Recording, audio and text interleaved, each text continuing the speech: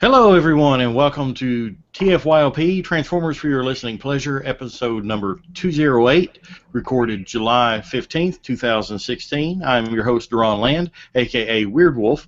Along with me this evening is Plasticon. Hey, how's it going? G2 lives forever, yes. Yeah, you love Georgia. I know, right? Everybody says Georgia. No, it's G2, come on. Go Bulldogs! Yeah. Headmaster Don. Hey, everybody. And also joining us for the first time this evening is Sergio Garcia. Welcome to the cast. Hey, everybody. I'm extremely excited to be on my first episode. How's it going?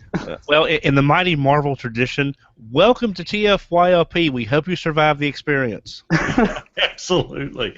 Sergio, you'll be seeing a lot of posts from him. He's been added on to the staff as the main news guy.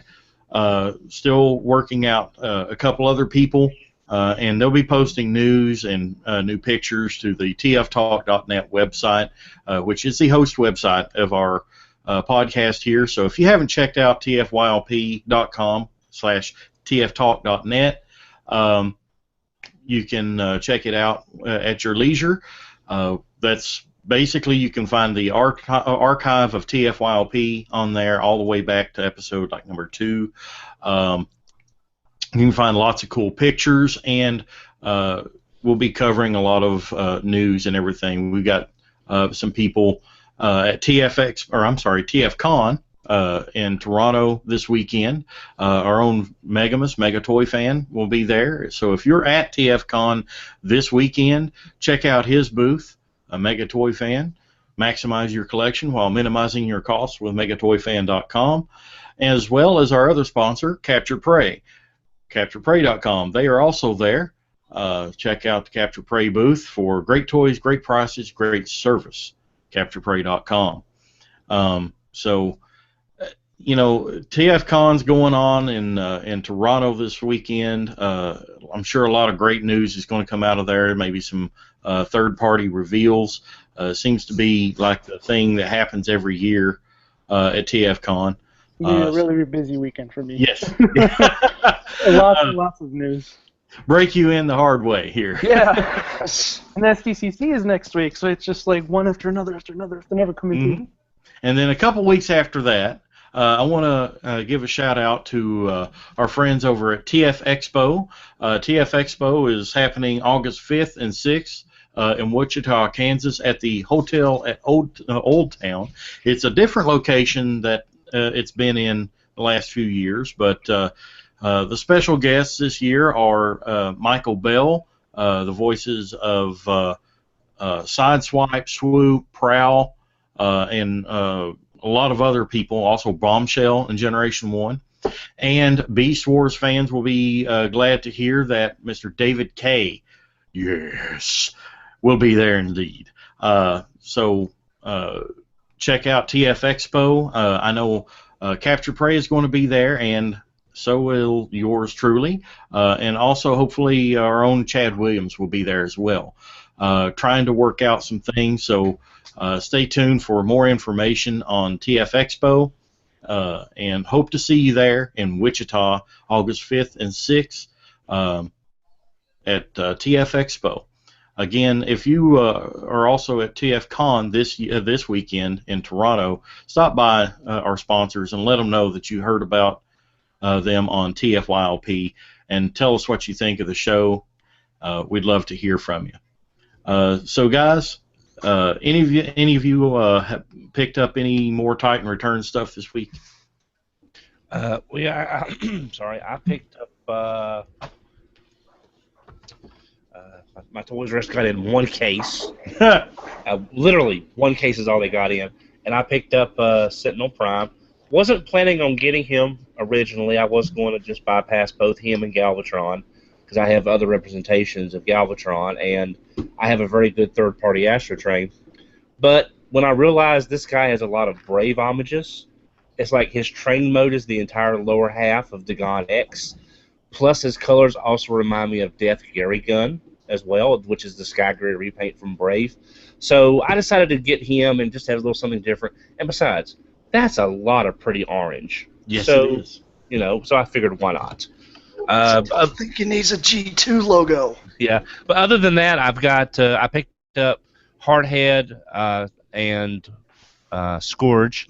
I have Mind. I'm sorry, not Mind Wipe. That's on my wish list. I have Skull Smasher, but he has not been opened yet. But I will be doing that soon.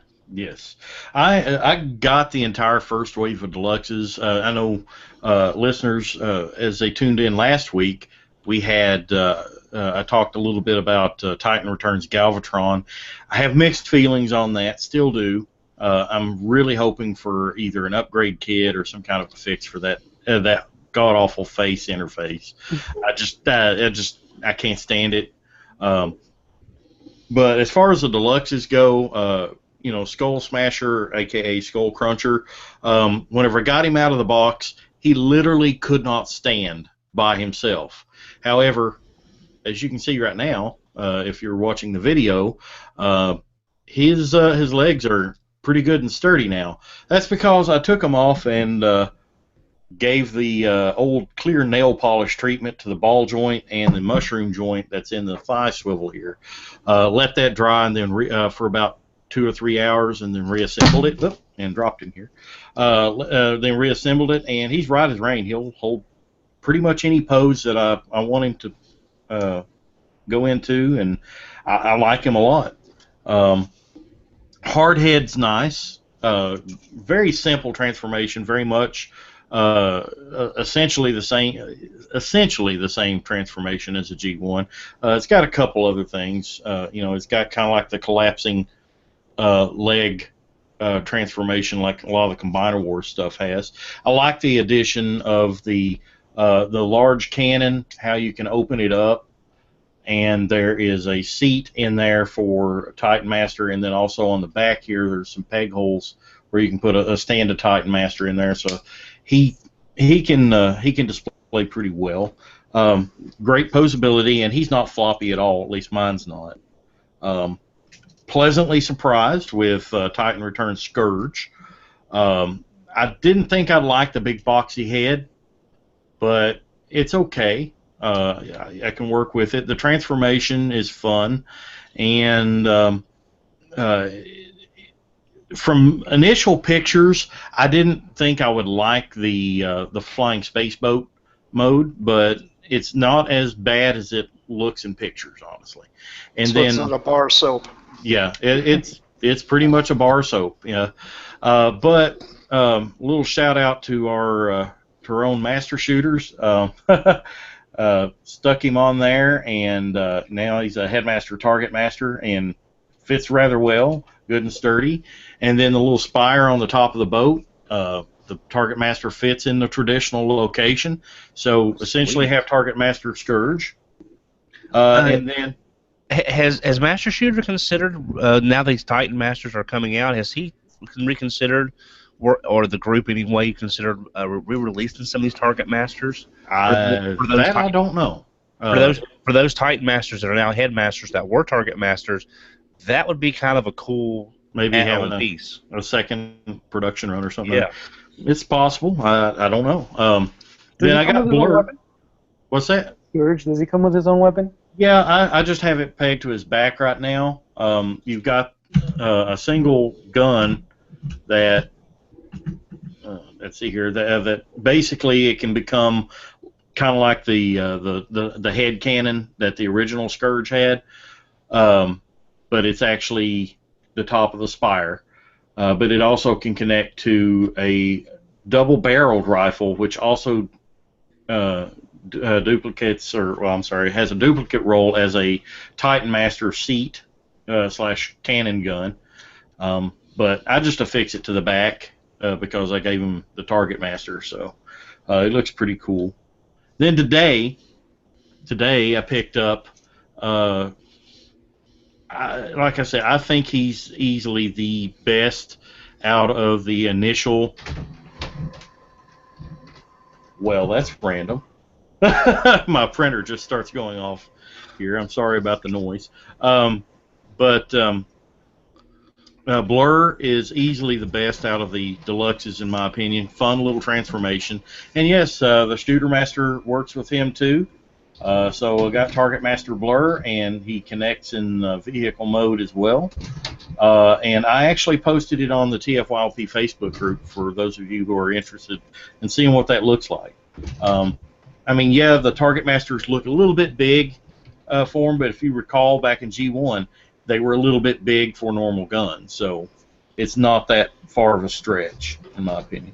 It looks aesthetically pleasing, honestly. It does. It doesn't look like it's completely out of place. So It works really, really well. So well, that's the good thing about the Master Shooter guns is the aesthetic is it's a very neutral aesthetic.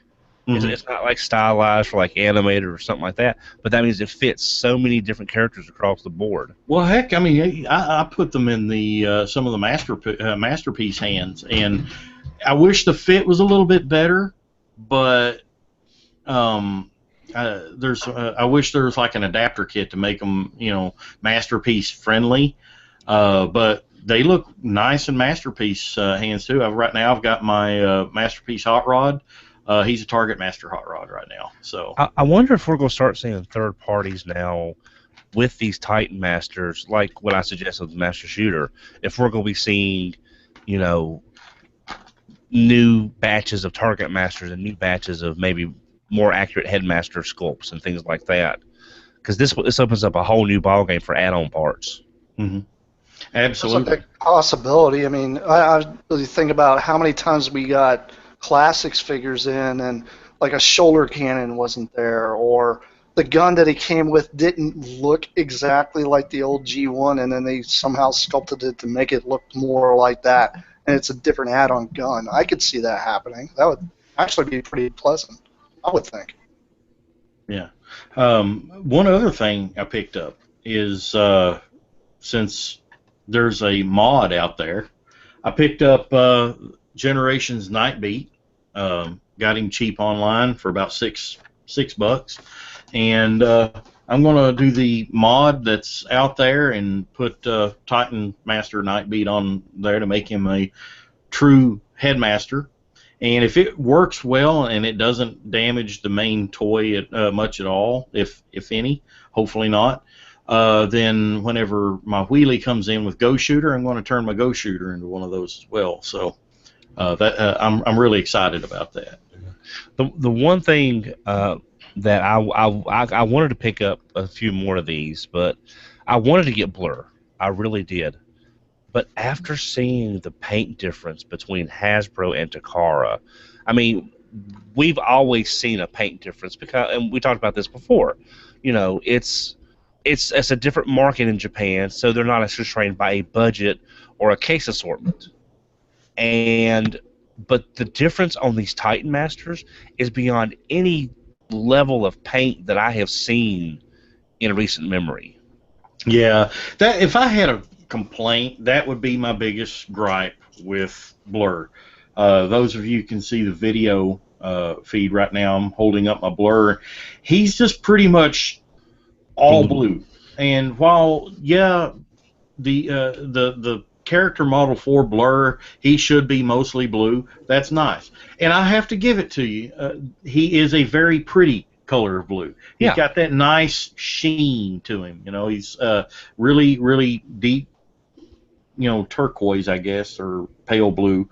But he needs some more light blue and white on him to break it up.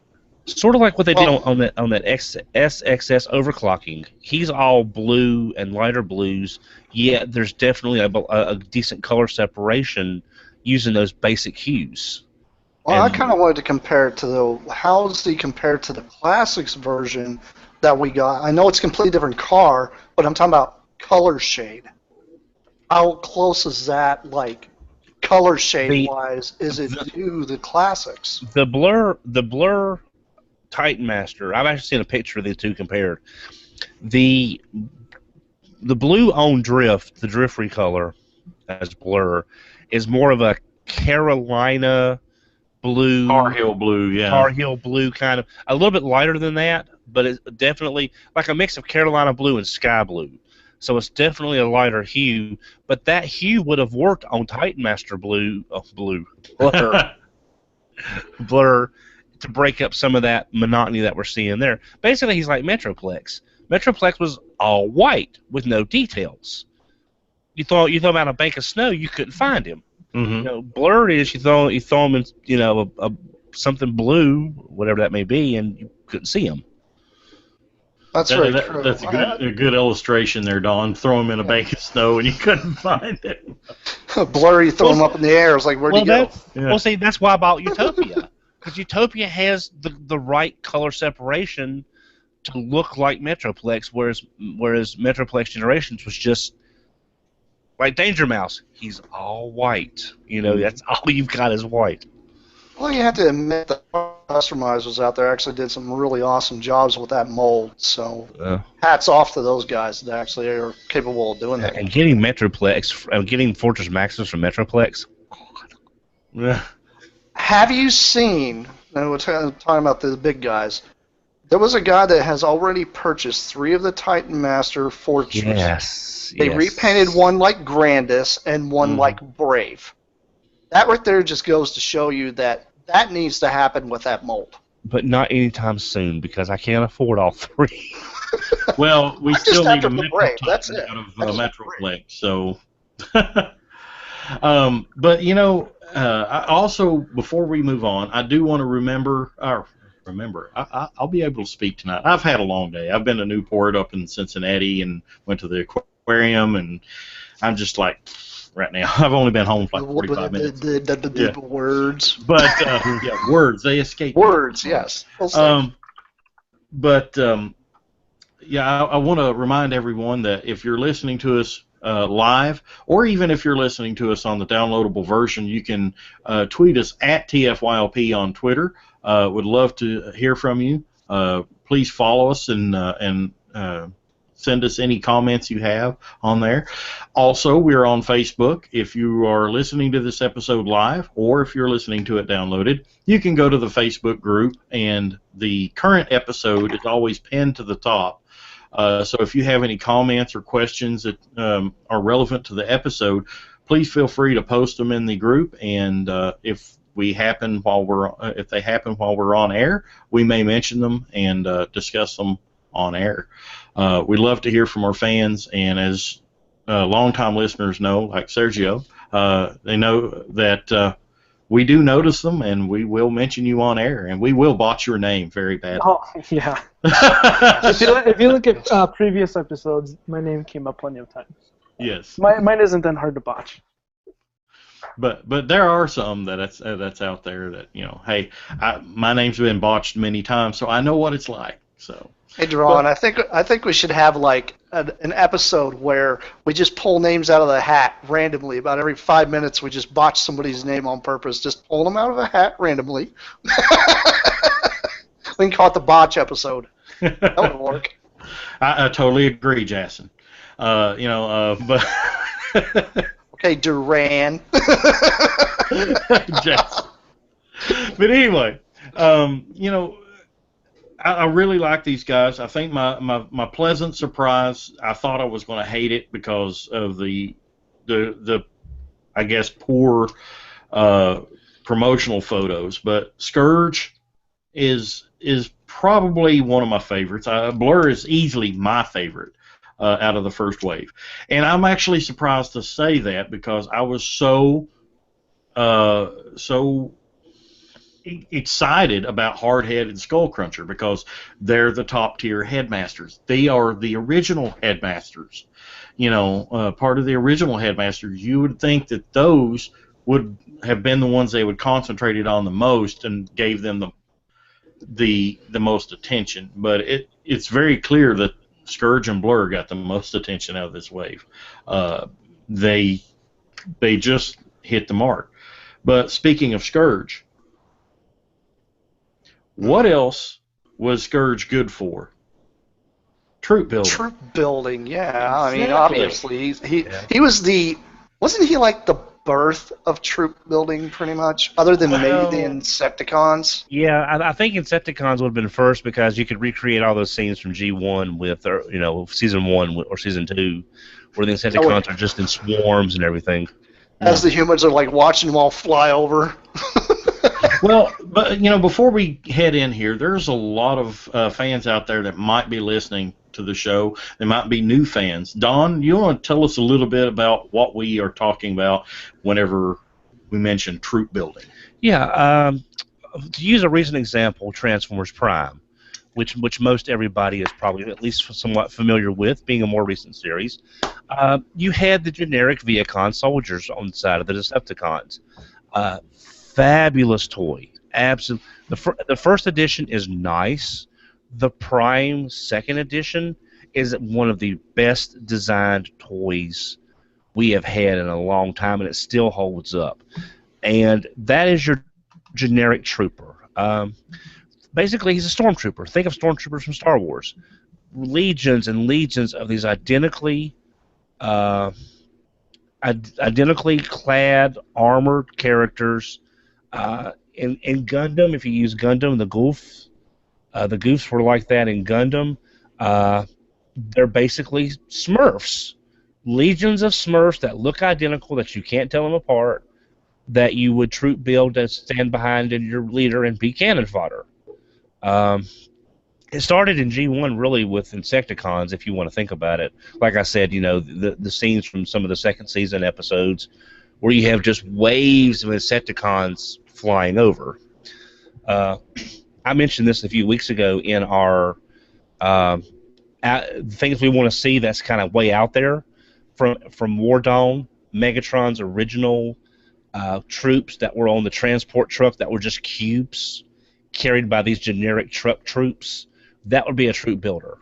That you would just have legions of these little cube transformers that would just unfold. Another season 2 episode, Make Tracks, when Megatron stole all those cars and reconverted them into radio-controlled troops. Just like lots and lots of drones, essentially. Exactly. So that's what we're talking about tonight. Here's a good question. Part of that anyway. There's other parts as well. Well, here's a good question. The very first episode of Transformers, where you had the Rainmakers that just came and did their thing, wouldn't you think those would be pretty much troop builders, because there was really no name? Well, I think that's kind of going into there's a difference between troop building and building. I want to call it army building. But at the same time, army building, is like you can have an army of seekers. You can have Starscream, Thundercracker, Skywarp, Thrust, Dirge, Ramjet, Sunstorm, Acid Storm, Bitstream, all, but they're not all the same. They don't all look the same. The body is the same, but the personality is different.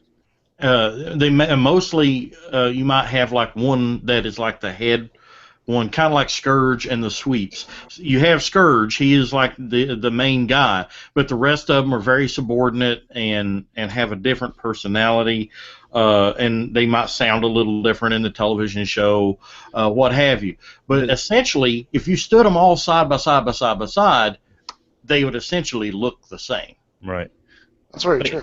Yeah, but you can army build, which is, one way, or to me, and then you can troop build, which is your generic soldiers. That's kind of the way I've always saw the difference. Cannon fodder. Exactly. Basically. Sharkticons would be troop building, but if you wanted to use Null as the leader, you could have Null leading an army of Sharkticons. They'd all have the same mold, but it'd be a slight difference there.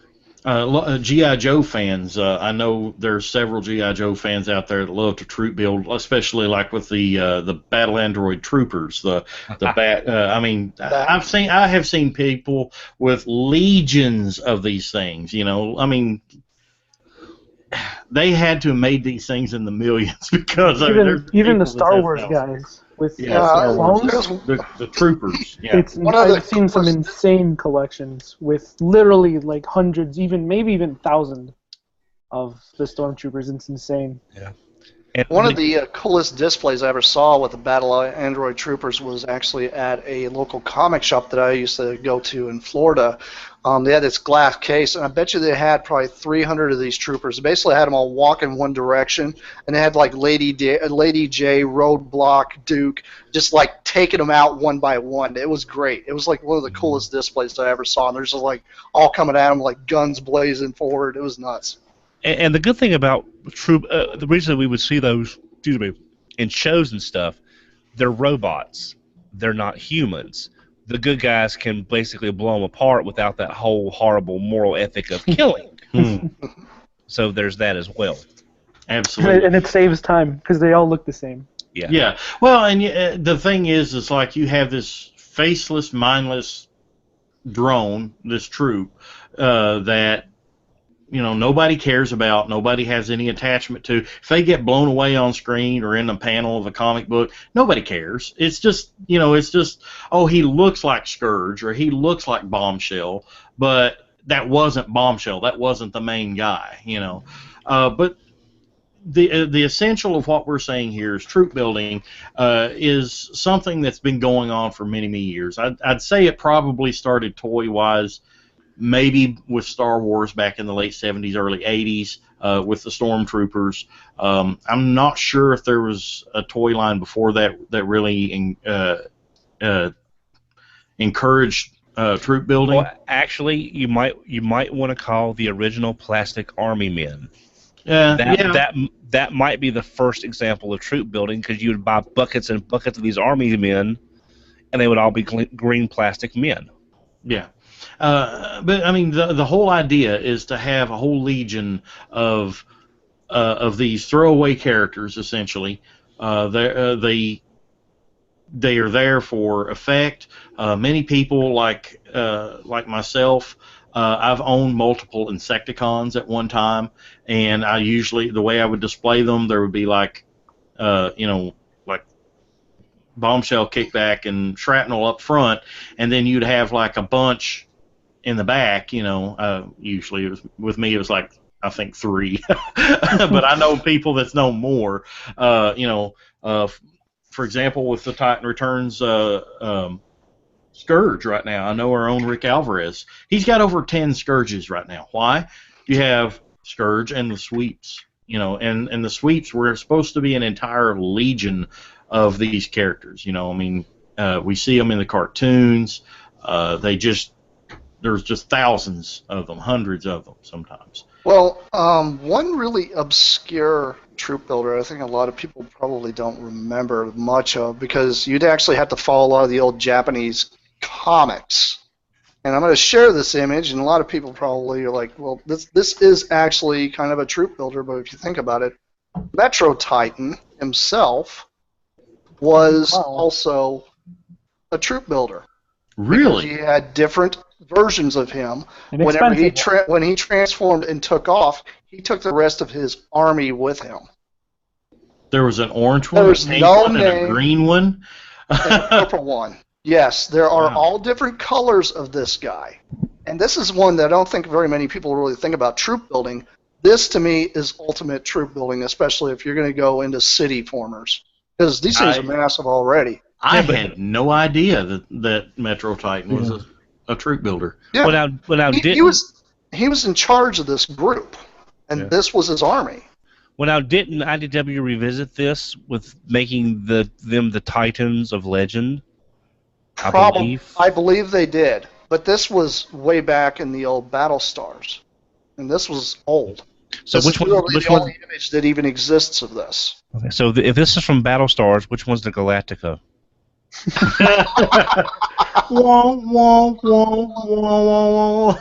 Exactly.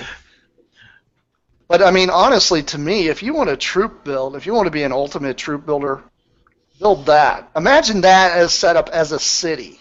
And now you've gave Make Toys the opportunity to recolor Utopia into Dystopia and all these other rainbow flavored. Yes, please. Yes, please. Because I don't know anybody out there. $300 a pop. Jeez. Well, I mean, even anybody like you think about it, if you get like the Metroplex mold or the Metro Titan mold, G1, even if you had like 6 of this guy standing back behind it in all different colors, I mean, that would be an impressive display even in the vintage style, let alone the new modern aesthetic. And while you're sitting there eating your ramen for the next year and a half, you can enjoy them. Exactly. There you go. Well, let's look a little bit into the mindset of troop building. And to me, whenever I think of troop building, I think of you have a character that to me just doesn't look right unless there's 2 or 3 of his troops or more standing behind him. It's like when you think of Starscream, your mind automatically wants to see Thundercracker and Skywarp at least at his side, and then by extension the Coneheads behind them. But whenever I think of Scourge, I would love to see, he just doesn't look right unless there's at least 2 or 3 sweeps standing behind him. Or if I see the Insecticons, it doesn't look right unless there's like 2 or 3 of each of them behind them. And to me, the mentality of troop building is just fulfilling that visual need out of that character. Is that about what you guys would think about when troop building, or is there something else? I mean, honestly, the guys out there, this is a shout out kind of to the Diaclone collectors out there. If any of you guys have actually seen videos of the old Diaclone commercials, Powered Convoy, and even Battle Convoy, technically those molds when they first came out were supposed to be known as troop builders. If you look at the entire the whole convoy coming, it had an entire line of them. And if you go back and look, there's all different variations in colors, but a lot of those were troop builders back then, because what it was is you had a little Diaclone driver that was driving them. Well, they were power suits. So in a sense, that's almost a troop builder kind of thing as well.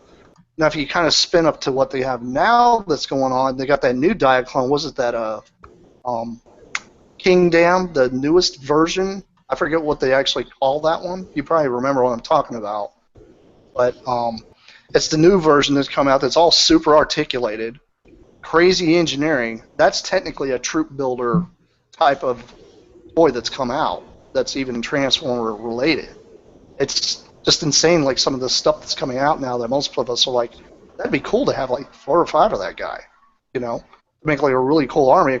Considering the one that's come out, they have it varied in 2 different colors. You got the one in the actual Diaclone Kingdom, like a silver variant. The thing about it, if you use the silver variant of that one along with the rest of those other ones that are in color behind it, it'd make a really impressive looking army. I actually saw a picture up on Facebook. I forgot where. If I can drag it up, I'll find it real quick. This is really cool, and it's not related to troop building right this second, but our own Rick Alvarez wanted me to share this, so I'm going to share it on the screen real quick. Apparently our friends over at BMOG have made some replacement Titan Return faceplates that you can download on the Titan or Shapeways store.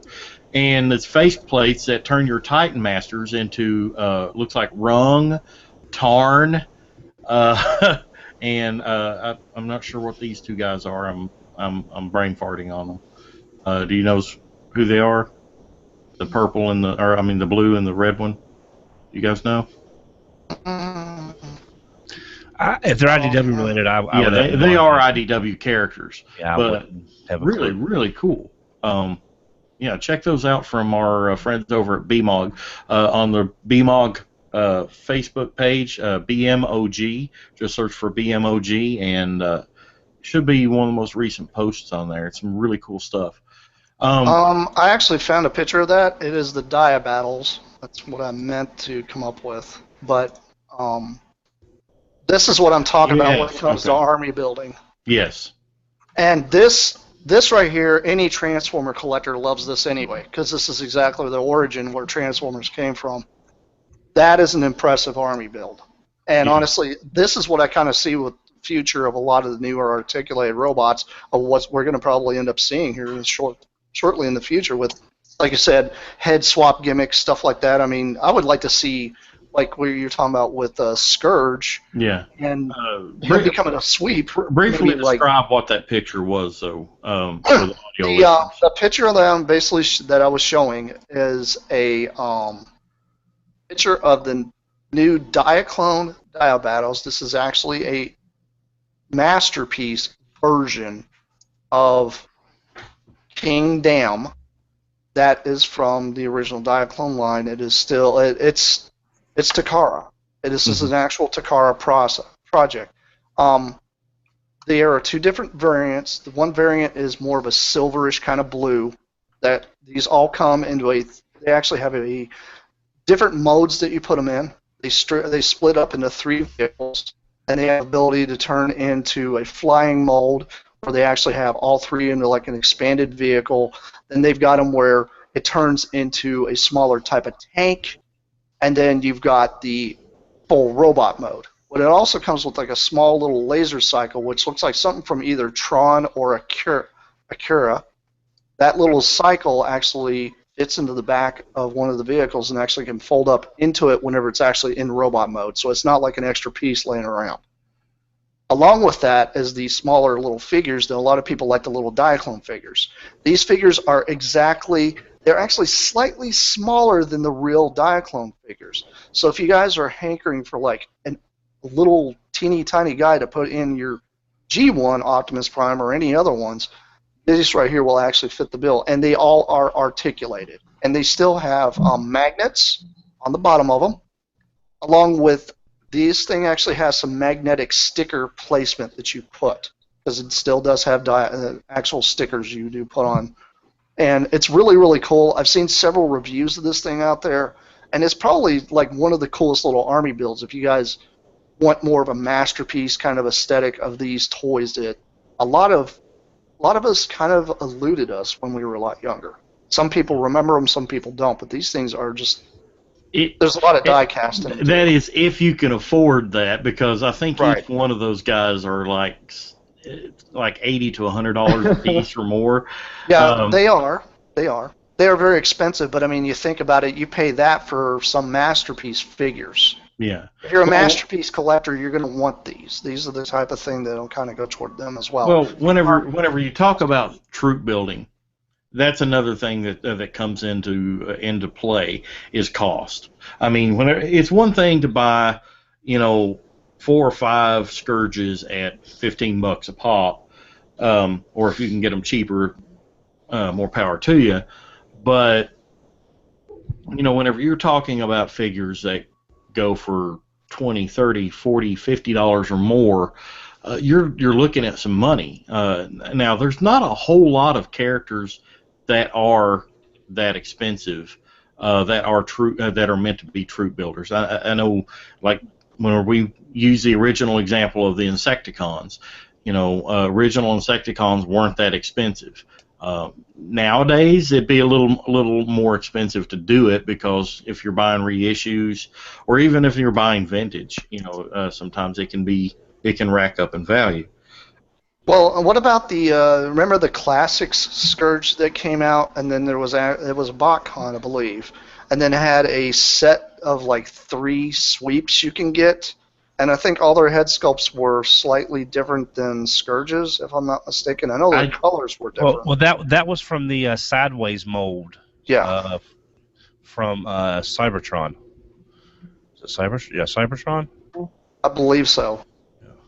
Well, see, that's another thing too. BotCon, especially during the Fun Pub era, and it's almost weird to mention BotCon Fun Pub era as in the past, but they've done since the very beginning of taking over the license. They were doing the troop building thing. I know the very first one in 2005 was Virulent Clones with Buzzclaw and I forget what the other one was. Sergio's holding up some other troop builders that they done the Insecticons out of the Retgar and Junkeep molds from Universe.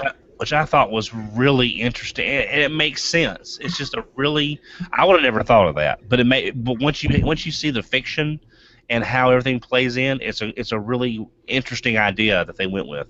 Yeah, I think it's my most favorite 3-pack that Bakkan ever put out. They're really, really nice. These are the only ones that I ever considered to buy multiples of. It's just, like Duran said, the price is what's keeping me away from buying another pack. And see, that's the one thing that I always, whenever Bakkan was advertising them as troop builders, I'm like, yeah, that's a great idea, but you've got to make them affordable, or else that, a troop building, I'm not going to say here in troop build a 3-pack of something that I have to pay $60 a pack for, or more. It's, to me, on my limited budget, I'm not going to sit there and just throw away money on repeated characters of the same mold. Now, if they were down, like $25 for a 3-pack, I would have been more on board. Or I'm sorry, a 2-pack. Yeah. Well, I mean, if you think about it, just like the standard retail release of that mold, how many add-on kits did we get? And I think he. Build a bunch of you're back. those. You faded out on us there for a second. Even then, the add-on kits are actually, if I remember correctly, were really expensive. They were. I think the made in Japan one, I think retailed for like $80 or something, and it only came with pieces for, was it 1 or 2? I want to say pieces for either or your choice, but that was resin too, wasn't it? They were custom made. I think that was like the only thing that they ever made too.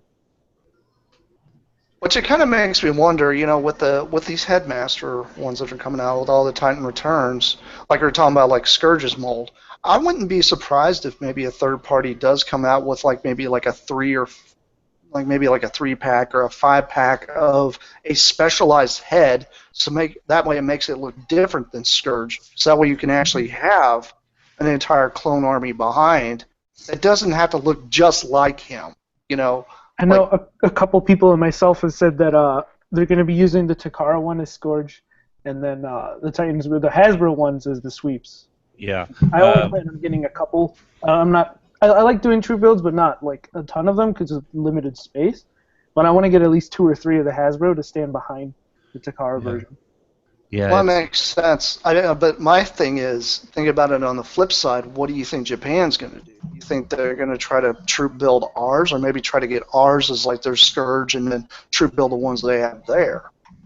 Well, I mean, that's kind of weird what they might do. I'm just thinking it might be kind of cool to see like a add-on kit that allows that to happen. Well, I think that would be, if we have any fans that are in Japan or are familiar with the Japanese culture, as far as, do people in Japan troop build? I've never thought about that. See, I don't troop build a lot. It's like if I bought a set at BotCon, like for example the Auto Troopers from Animated, I had the pack of 3, but I was able to sell 1 and get over half my money back on the set. So I still have 2 Auto Troopers to sort of troop build with. So I really didn't need all 3 because troop building is not a big thing for me.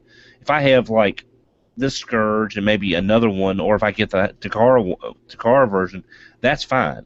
But I think Duran hit on something as far as the price, because that right there, no matter how great something would be troop building, either visually or from an accuracy standpoint, if you can't afford it on a per figure basis, it's just not going to work.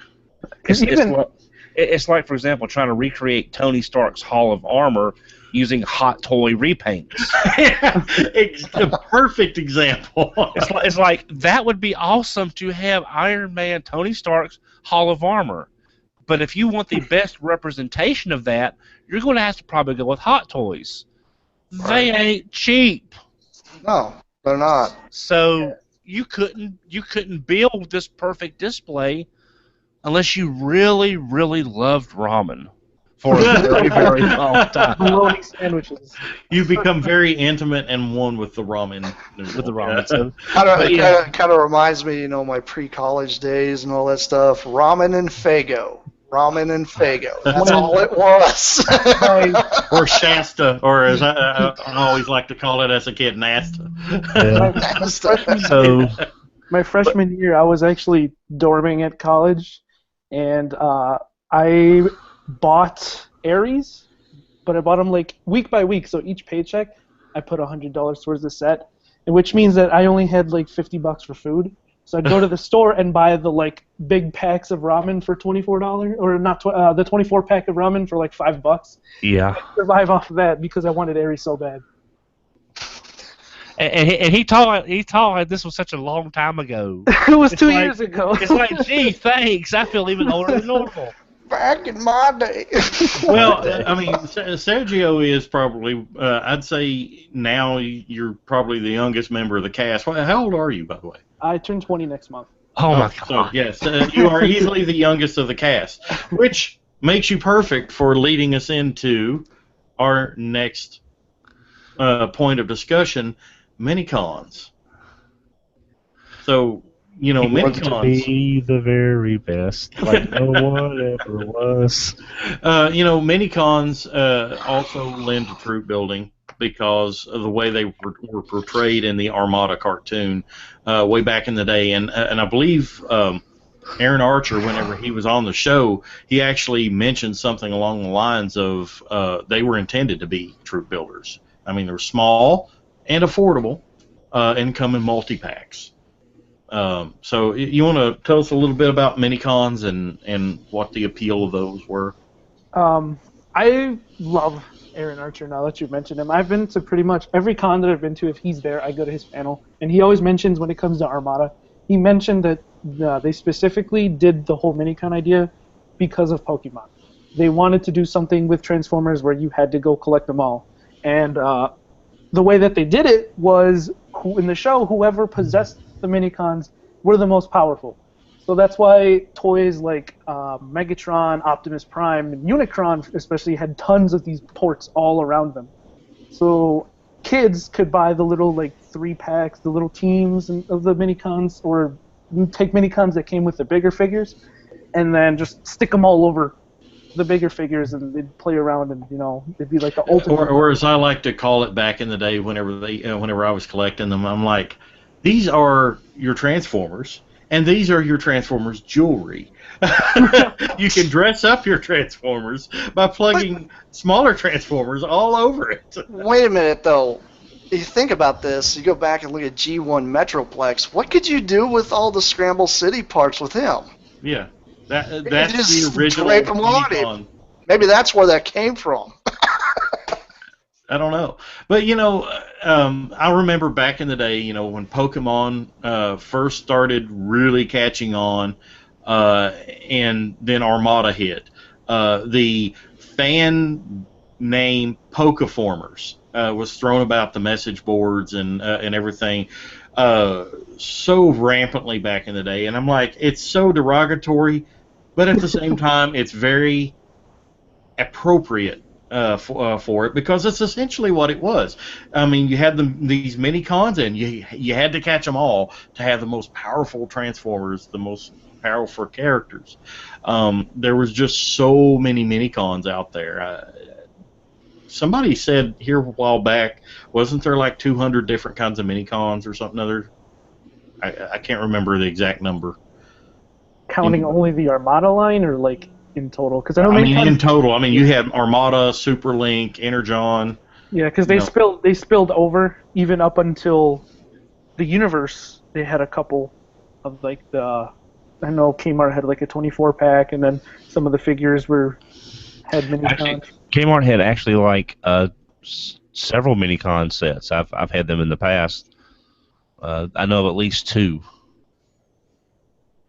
But, you know, I mean, nowadays, well, the last week or so, you can't get on social media without seeing something about Pokemon Go. You know, and this is what I got to say to this. All I got to say is, if you don't know what this is, you need to delete your Pokemon Go app. And I'm holding up right now original beige gigantic brick of a Game Boy. If you don't know what that is, delete your app. I'm sorry. You're an amateur. The original thing that you played Pokemon on. But Yes. but you know, I see all kinds of my friends. I know even our own Sideburn 2 is getting obsessed with it, I'm sure. I know Insane Galvatron, he's been playing the crap out of it. He was telling me how he went to church the other day, and he's like, I got all kinds of Pokeballs. I'm like, so you went to church to Dude, get Pokeballs? this thing is like Pogs. Yeah. It's like Pogs. How long did that last? But it's free. You don't get to pay for it. Yeah. But all of this craze, I'm sitting there thinking, I'm like, you know, this reminds me so much of the mini-cons from back in Armada. And whenever it first hit, I first saw the cartoon. I hated the cartoon because it was Pokemon with Transformers, and I was not into Pokemon. But by the end of Armada, I'm like, I want more mini-cons. I didn't really care that much about the bigger toys. You know, I mean, there was a few good ones in there, like Tidal Wave. I love Tidal Wave. It's one of my favorite from that era. But the real gems, in my opinion, from the Armada or the Unicron trilogy were the mini-cons. And by the time Armada was over, I was in that craze. I had to catch them all. I needed every mini-con there was out there. And you think about this, Teron, this whole mini-con craze has really not even left, because what was one of the last toys that come out that actually has a mini-con port where you can plug it on? It doesn't do any activation or anything, but it like plugs on. The Generations Starscream. Yeah, I believe so, and that wasn't long ago at all. Actually, there might be a couple recently. I can't think off the top of my head other than Starscream.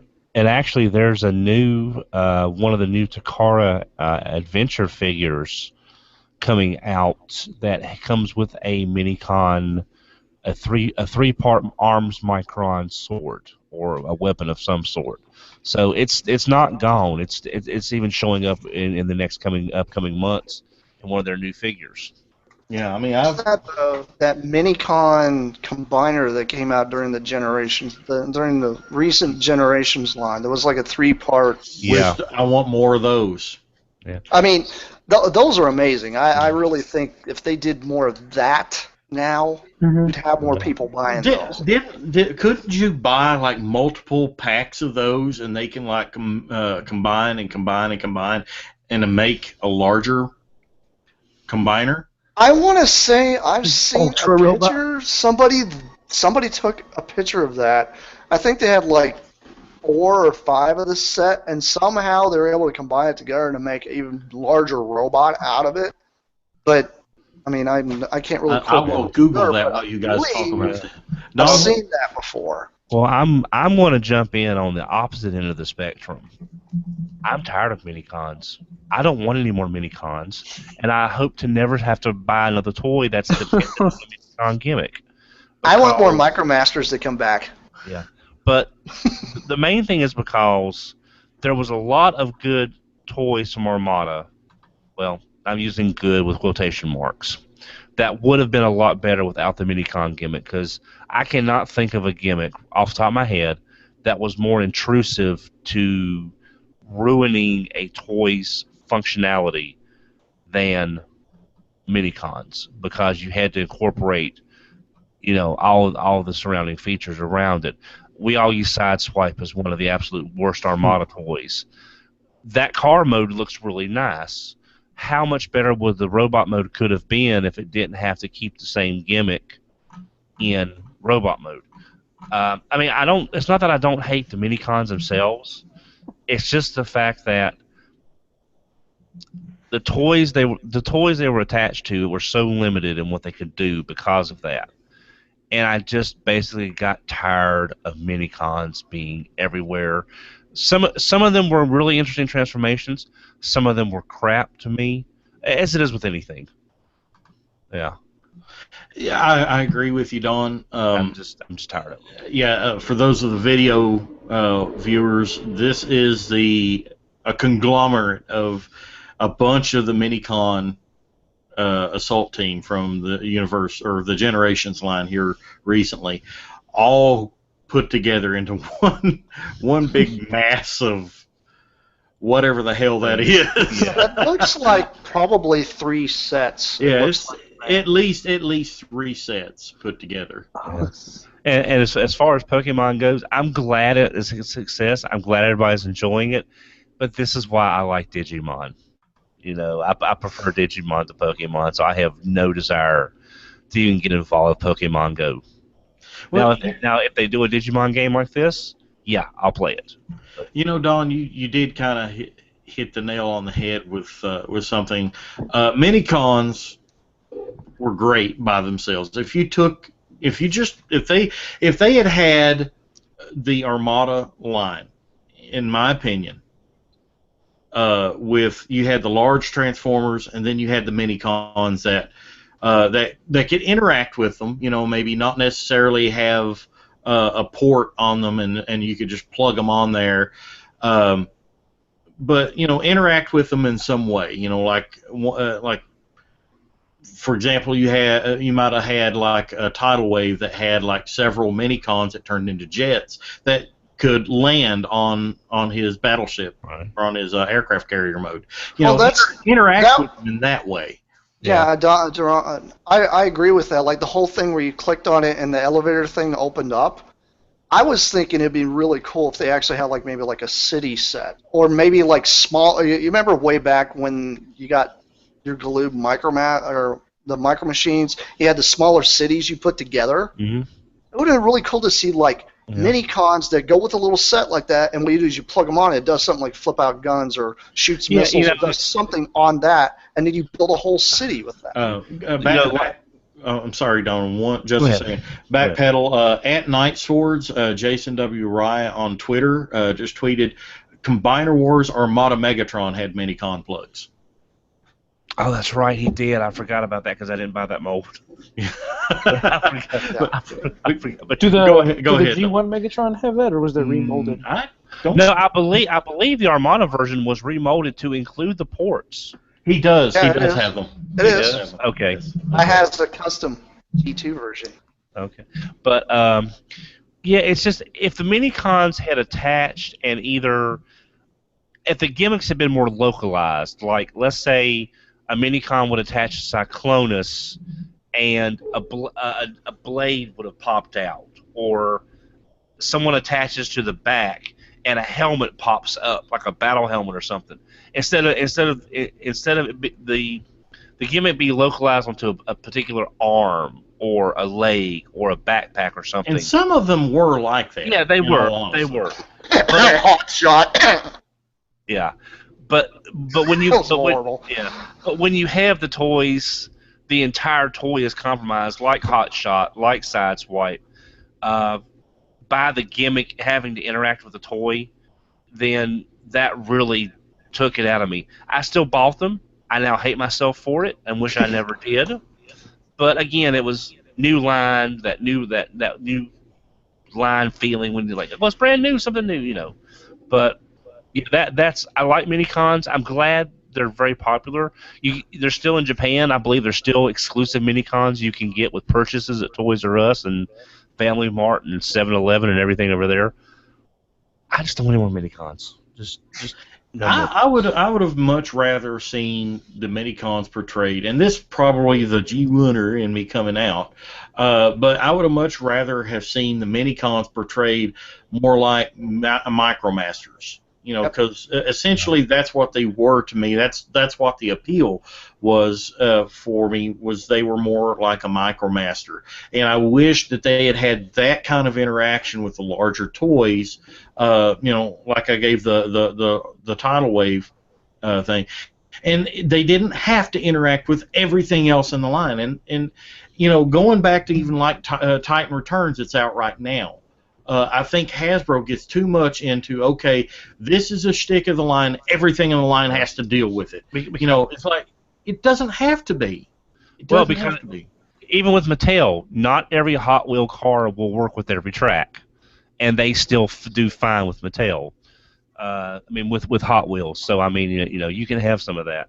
Now, I will say this: as much as I don't like the Armada cartoon, the Armada comic book was infinitely better, even though it was a Dreamwave book, it was still infinitely better than the cartoon.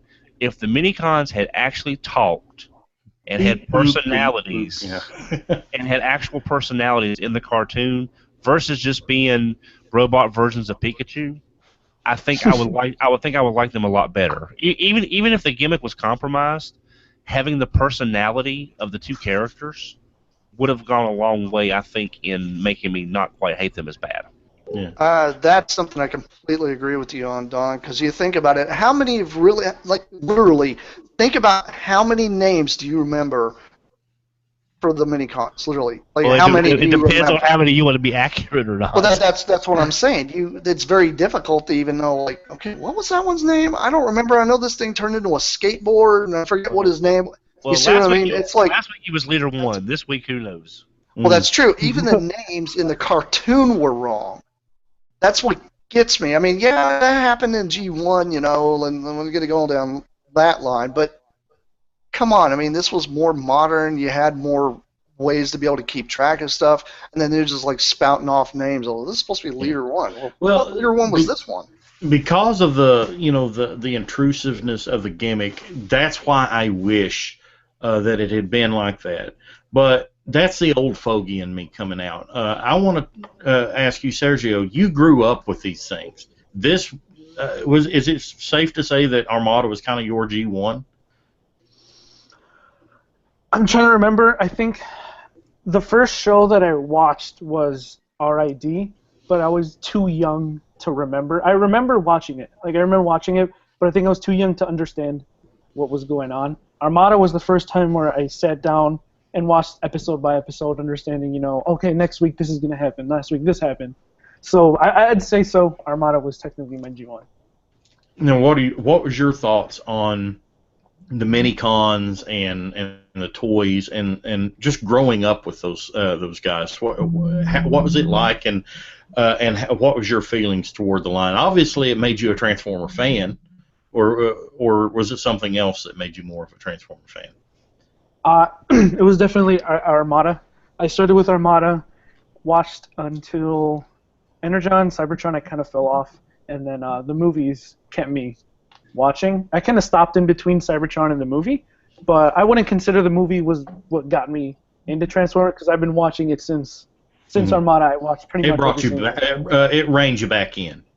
Yeah, basically. And I think the cool thing about being one of the younger ones on the cast is oftentimes people speak so highly about G1 and everything, but then we talk about how great we want modern toys to be, but everybody always forgets that these are meant for kids. Mm-hmm. So, I agree with, Armada was not the best toy line. I agree with that. Now that I look back, now that I try to collect some of the ones that I had as a kid, they're definitely, compared to modern toys, they're bad. But I remember as a kid, I thought they were the greatest thing in the world. Especially the flip-up gimmicks and everything, how you plug a minicon and then, Hot Shot's cannon pops up. I thought as a kid, it was like, whoa, this is the coolest thing ever. They had a lot of play value. Yeah, and I wanted to talk about that, how the leaders had, I know Optimus Prime had the trailer that turned into the base, and then he had weapons, and then a whole bunch of different stuff that you plugged in. But I remember specifically my favorite ones were the ones that combined into the weapons. And I wish that they would have done more of those instead of doing the whole, like you said, intrusive gimmick. I think they would have done better with the older fans if they would have done that. Make a gimmick-free figure, but include, the Skyboom shield or the Requiem blaster. Yeah. Mm-hmm. Yeah, those were actually my favorite minicon sets, like the Skyboom shield, Requiem blaster, even the Star Saber sword. I hated how they connected because it was so finicky. But truth be told, I have two minicon sets right now that I still have a possession of. I have the Japanese version of the Street Speed team, I believe, with Oval and those. I love those guys, and I have the Skyboom, the Star Saber sword. But I just hated how they connected because it was never stable. It's like he looks awesome in Optimus Prime's hand, but the moment you move him, the sword just like crumbles. Because I mean the connector ports, it's just this little tiny piece of clear plastic plugging them together. Well, the shield wasn't any better because the shield would actually kind of like, because the way the head pops out to become a handle, it wouldn't stay. It would like try to fall. I mean, I had all those too, and I feel your pain with the sword, but the shield was just as bad sometimes, and sometimes I just couldn't really pose the right way with that shield, because sometimes the shield was just so big it would bump into everything else and it just wouldn't look right.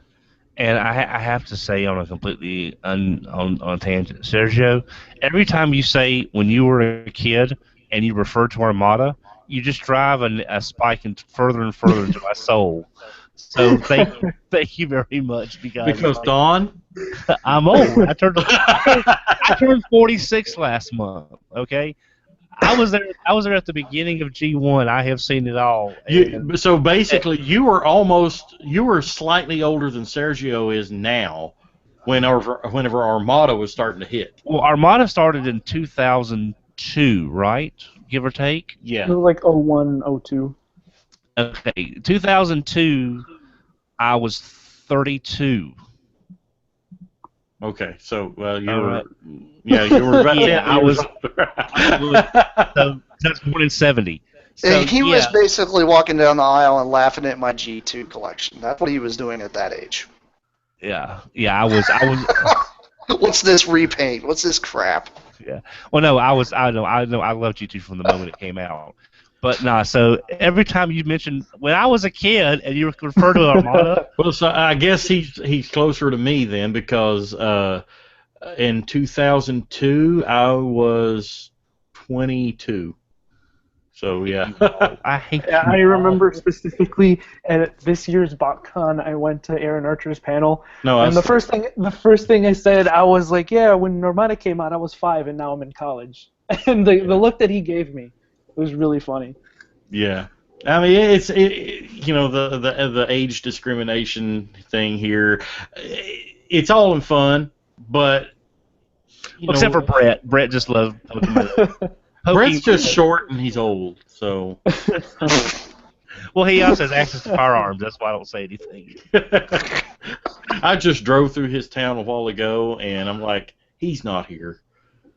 I could so go by his house, and I'm like, Yeah. But he has very, very interesting ways of hunting you down. Yes. You don't want to he has lots of friends in blue, so. Yes. So Sergio, if you see me just sort of looking at you or just getting this weird look when you mention something, it's nothing personal. It's just honestly, you're talking about this stuff as like for you it was a while back, and I was there at G1 when it premiered, and I was there for G2 and RID. I was there before G1. I was there before. He's a Diaclone, baby. Literally, I mean, if I remember having Microman when they first came out in the U.S. I had the battle cruiser with the 2 guns that fit on the side with the giant missiles that didn't go anywhere. So it's. I'm glad you're with us, Sergio, but I also hate you right now. Nothing personal. I admire his youth because I'm right there with you, Don. I mean, I was big into He-Man, Hot Wheels, Lego, and everything, and then this thing called Transformers comes along in 1984 that just absolutely captivated me. And now here I am, a 41-year-old adult male, and I'm surrounded by toys. That are Transformers. And I don't care. It's something that I enjoy, and we've talked about it many times before on this show, and we'll talk about it many more times.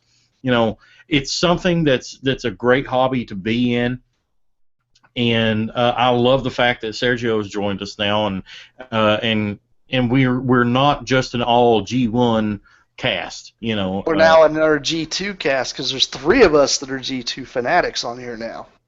Well, that's good because and having you on, Sergio, is great because you'll help us to remember that our favorites are our favorites, but there's more to it than that. You'll help us to remember everything's not G2 or RID or G1, so we've got a better mix of voices.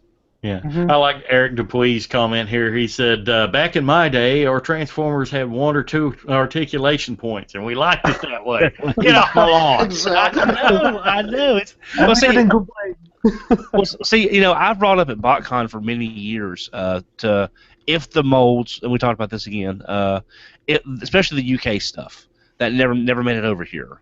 If those molds still exist, let's try getting them into some BotCon sets. And everyone's like, oh, they don't have articulation. It's like, yeah, but you have to remember me. When I growing up, if we had elbows, we thought we were the stuff. We had to have bending elbows, and God forbid if we had knees. You know, I remember as a kid playing with G1 Broadside, and I'd stand him up, and I'm like, God, I wish he had some legs.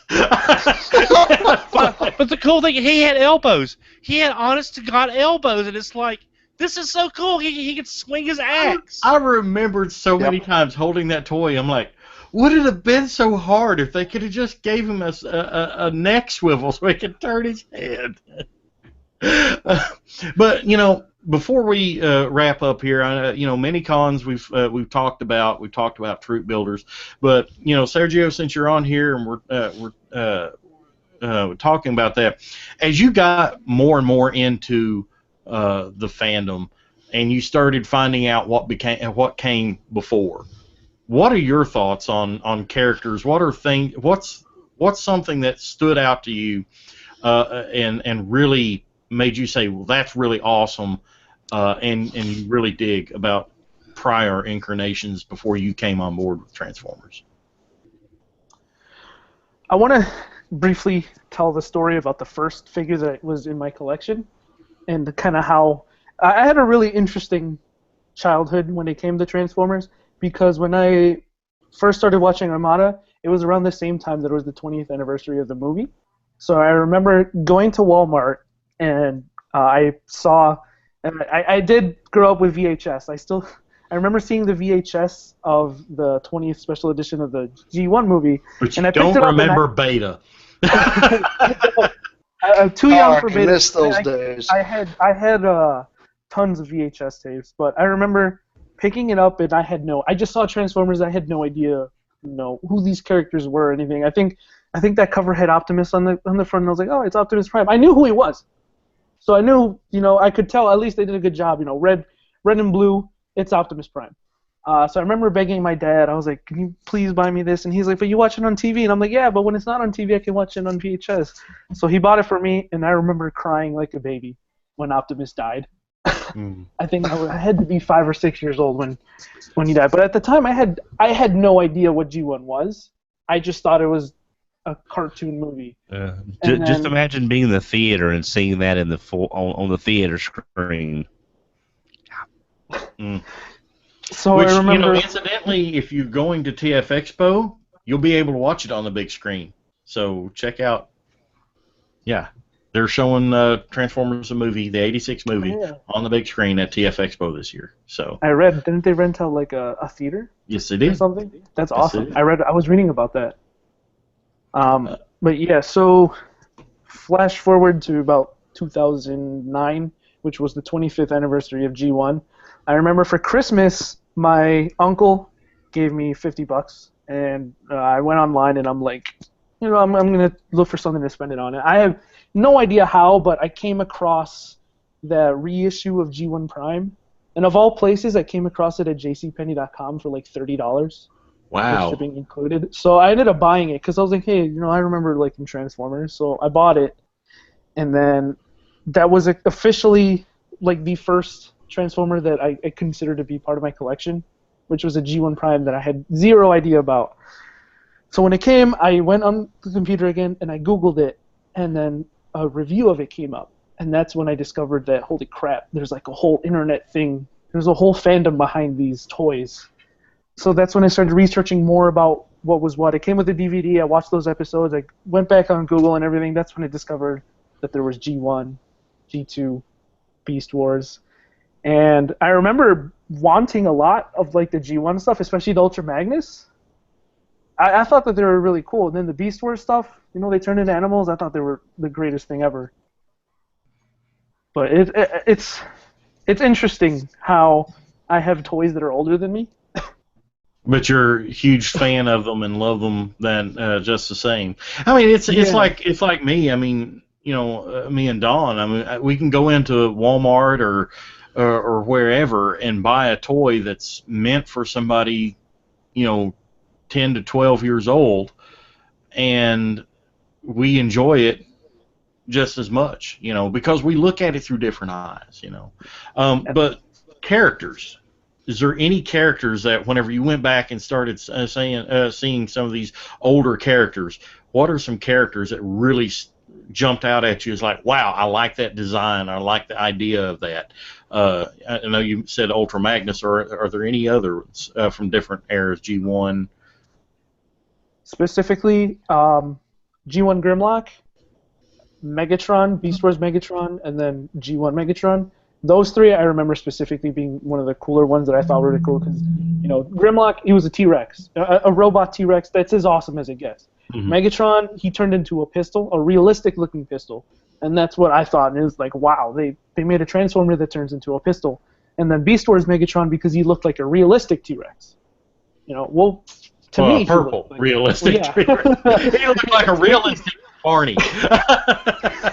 God, no. Yeah, he does not love you. No. Yeah, there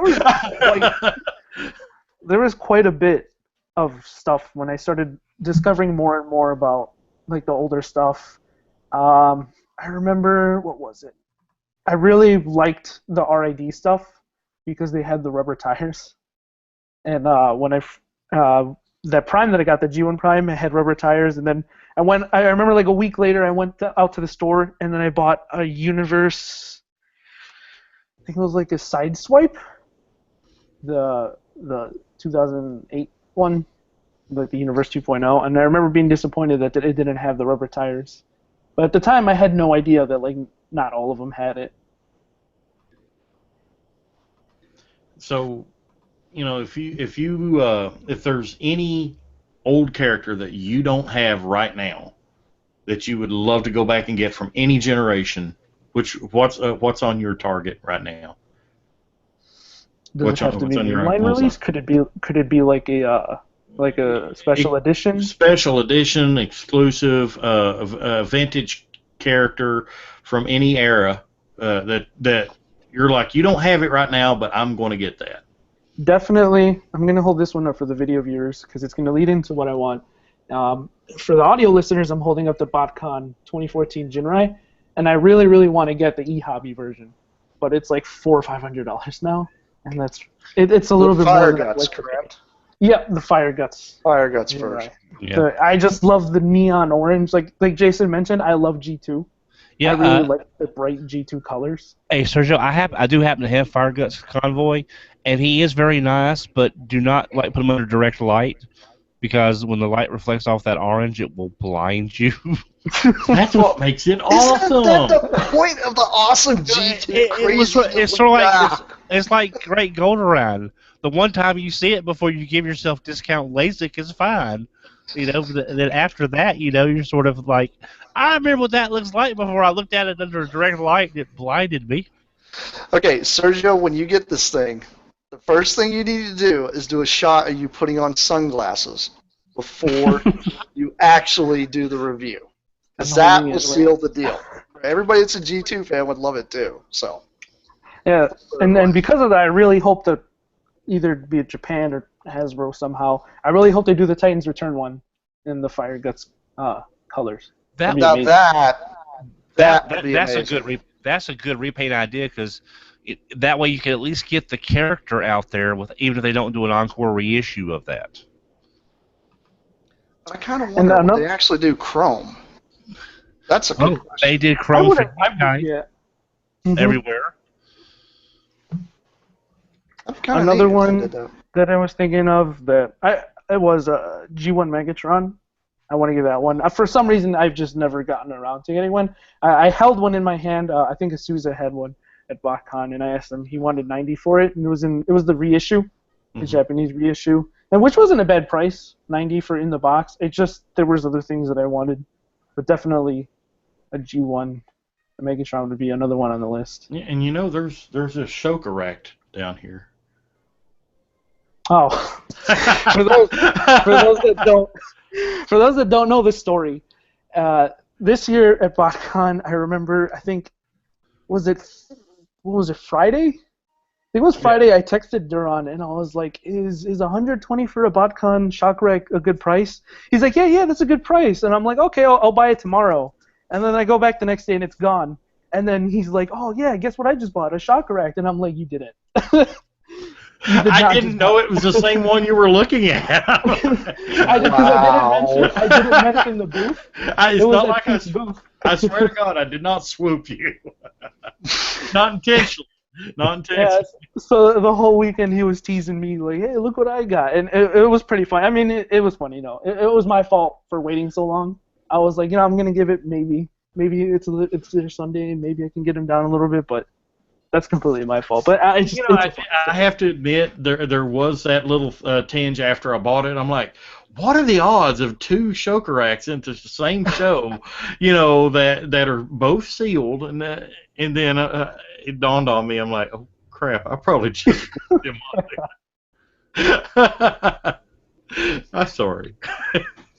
It's fine. I ended up getting the club one from, I think it was BotCon 2014. Mm-hmm. And then I got the original Rampage. I actually ended up getting the Metals version. The guy thought it was the Hasbro one, and I thought it was the Hasbro one too until I got back to my hotel room and I noticed the Destron, and I was like, oh crap, I have a Metals version. Mm. All right. Well, I think that'll cover it for this week's episode. Anybody else have any closing thoughts before we wrap up? Not really. Just have fun collecting what you guys are getting. Honestly, I would like to see what some people's thinking about some of the Titan Return stuff. Maybe plug some of that way we can see what you guys' opinions are. Yeah.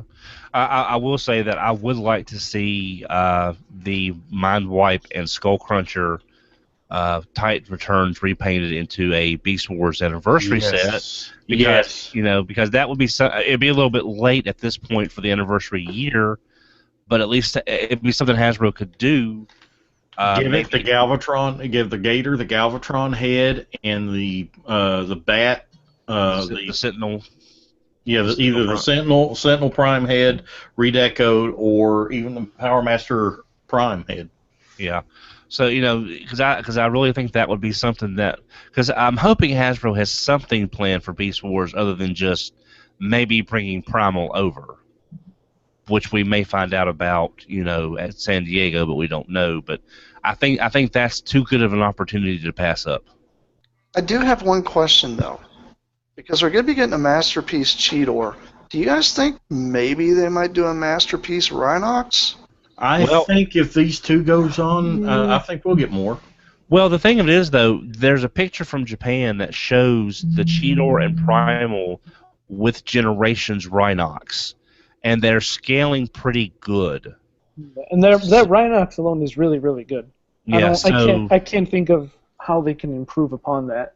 Yeah, it's tighten up the hips. Yeah. So they might do Rhinox, but since we've got the Generations Rhinox, I think I'd rather see that budget go for another character that we don't have. Like if we've got Primal and Cheetor, if we're going to have to need a Megatron, and probably a Tarantulas would be the next Predacon I would think of, or Dinobot. I'd love a Tarantula. Yeah.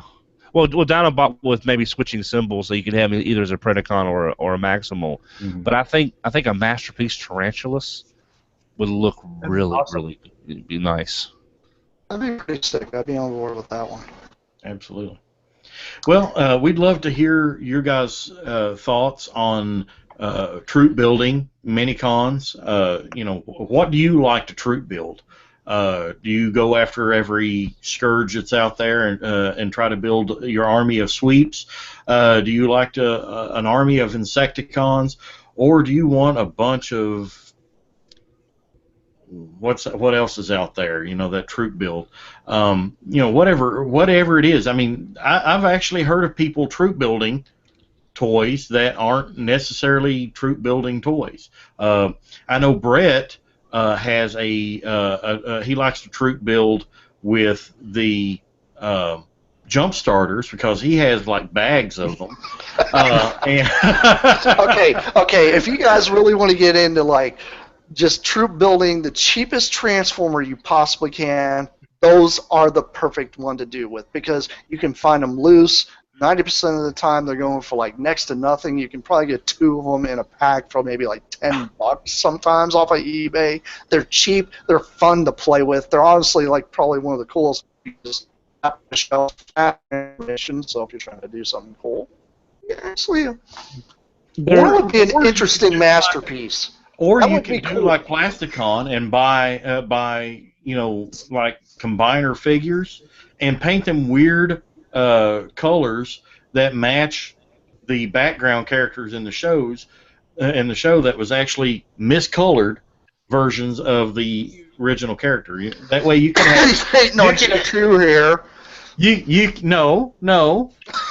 I'm talking like the animation errors, like whenever you had the Grimlock colored dead end in the background or something. Oh yeah, those. Now those were interesting. I mean, we can go into an entire different.